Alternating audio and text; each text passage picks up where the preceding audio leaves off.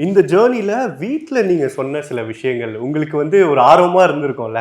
எனக்கு இன்னைக்கு வந்து இந்த மாரி நடந்தது. பாலா சார் ஷூட்ல இன்னைக்கு நான் இத வந்து கத்துக்கிட்டேன் அப்படின்ற மாரியான சில விஷயங்கள் எல்லாமே இது என்ன பெரிய சர்ப்ரைசிங்கான விஷயம்னா, வீட்லயே ரொம்ப சர்ப்ரைஸ் ஆயிட்டாங்க படத்த பார்த்துட்டு. இவ்ளோ விஷயம் பண்ணியிருக்க, ஒரு விஷயம் கூட எங்கள்ட்ட சொல்லலையே.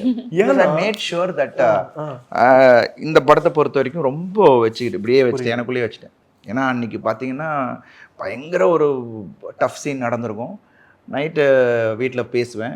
பேசிட்டு, இன்னைக்கு ஷூட் நடந்துச்சுடா, ரொம்ப நல்லா நடந்துச்சு. பாலா சார் ரொம்ப ஹேப்பியா இருந்தாரு. அப்படியா சூப்பர் சார். அந்த விஷயமா என்ன பண்ணேன், எதுவுமே சொல்லல. ஏன்னா, அது தியேட்டர்ல பார்க்கட்டும். அவங்க விட்னஸ் பண்ணட்டும் அப்படின்ற ஒரு விஷயம் தான். ஸோ நான் ஷேரே பண்ணல. நெறைய விஷயங்கள்.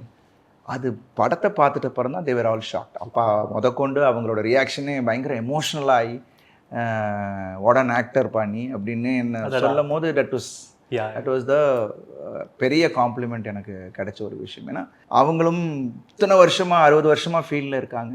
அவங்க அந்த கதாபாத்திரம் பண்ணல. இப்படி ஒரு கதாபாத்திரம். ஸோ எனக்கு அது கிடைச்சு அத கன்வின்சிங்கா பண்ணி இன்னைக்கு அப்படி பண்ணியிருக்கான் அப்படின்ட்டு ஹி வாஸ் ஹேப்பி. ஸோ அது எனக்கு ரொம்ப சந்தோஷமா இருந்துச்சு. அது பாலா சாருக்கு தான் போய் சேரும்.